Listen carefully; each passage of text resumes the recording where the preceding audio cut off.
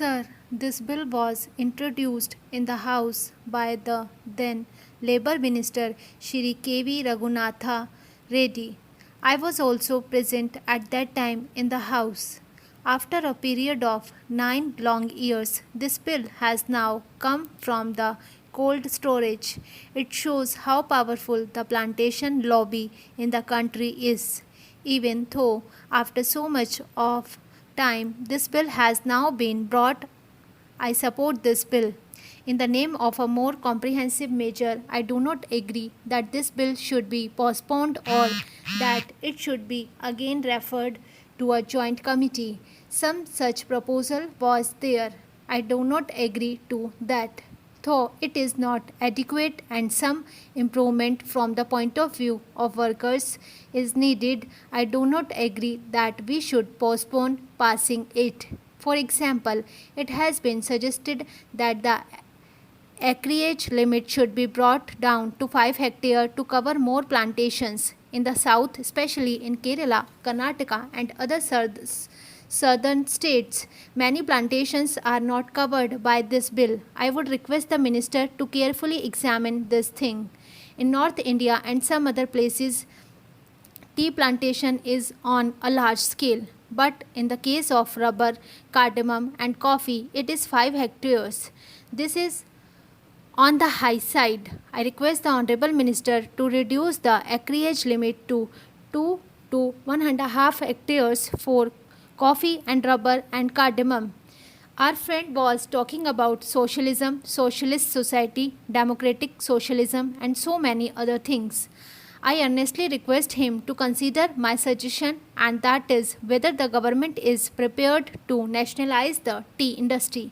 Sir, some 8 years ago in the Kerala Assembly, all the parties, including Congress Party, unanimously recommended to the central government for the takeover of the tea industry.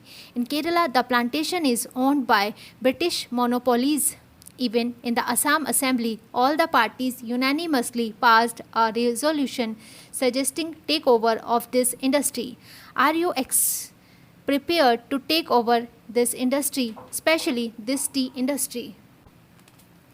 I pose this question to the central government. Sir, this tea industry is owned by foreign monopolies and they are exploiting the workers. The situation in the tea industry is deteriorating.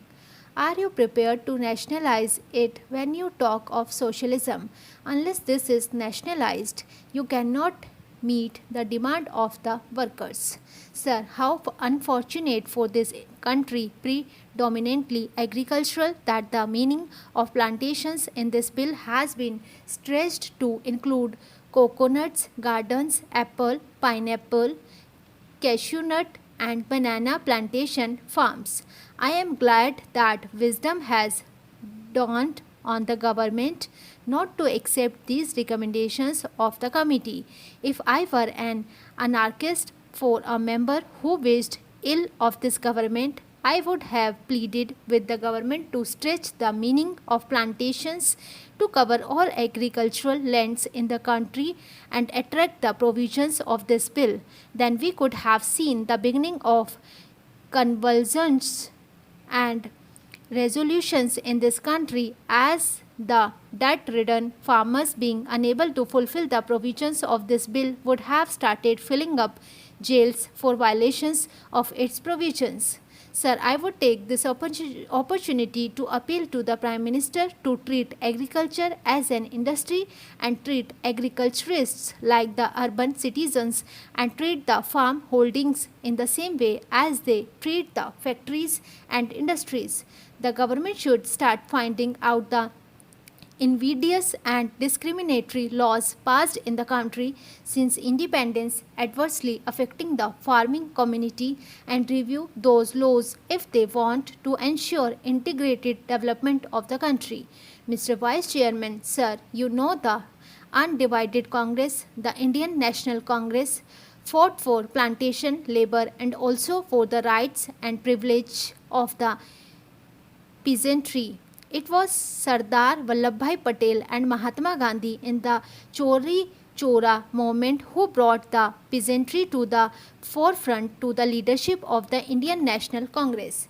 As successors of those great leaders in that organization, it is high time the Congress did their best for the plantation labor as well as the unorganized peasantry in that area. Even in Mexico, in Algeria, in Russia, or in Cuba, or in other countries, it was the labor, the plantation labor, who took the revolution to its final goal. Here in this country, we do not want to see another bloodbath. We do not want to see that they take up arms against government or against employers. As people's representatives and as government of the people, we must do our best to solve their problems, whatever their grievances are, whatever their difficulties are, instead of allowing anybody to take advantage of their poverty and their difficulties. I know what goes on with plantation labor. I can give instances of different plantations. I come from West Bengal where tea plantation is a very big factor, and I know how plantation labor are still being exploited. Housing facility near the plantations is a must for them under the act. Sir, the resolution itself is very badly drafted, but it draws attention to one of the most pressing problems of this country. Full employment is an objective of every kind of economy in this world, whatever capitalist, socialist, communist, or mixed economy. Therefore, it is also one of our objectives. But then we are not able to find out whether we are proceeding on the road of greater employment or greater unemployment. I am afraid that thinking on this matter is today so confused and contradictory that unless we can have a rational comprehension of the whole problem, we are not likely to make any headway. Therefore, I want to define how we should approach the problem. First of all, this is not a single problem but two different and distinct problems. We should not confuse total unemployment with partial employment or underemployment. These are two different things that have to be dealt with in entirely different fashions, but unfortunately, when we speak of 15 or 19 million unemployed, nobody knows how many of these are really totally unemployed and how many are suffering from seasonal or partial unemployment. Total unemployment is an urban phenomenon. It is only in cities and towns you have people who have to work whatsoever. In the rural areas, it is always a case of partial unemployment or seasonal unemployment. Therefore, the first thing to be done in order to solve this is we must devise a machinery to ascertain how many are totally unemployed and how many are underemployed. Sir, I do suggest that every municipality in this country should maintain a register of the unemployed. Of course, we have now the labor exchanges. Unfortunately, they are not to be found everywhere and all unemployed do not register themselves there.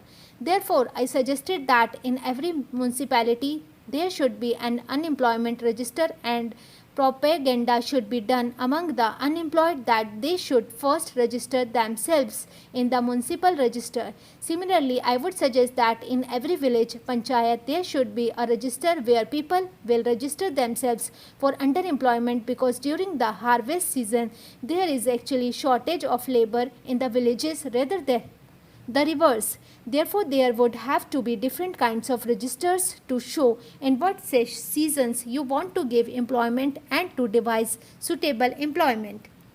Then, secondly, we have to realize that so far as total unemployment is concerned, the only way is to develop industries and social services. The word employment is also used very loosely. In the Ambar Charkha, if a man gets 40 or 60 paise, it is called employment. That will not do. We must define employment as giving him work which will give him living wages. Any work which does not give living wages should not be called employment. If we have to give living, unemployed is to develop our industries and expand our social services.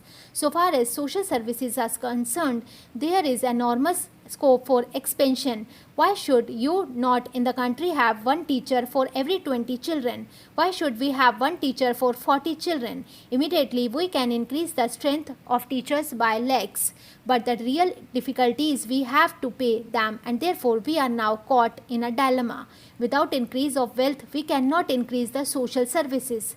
Without increasing the social services, we cannot give sufficient and adequate employment for the total unemployed in the towns.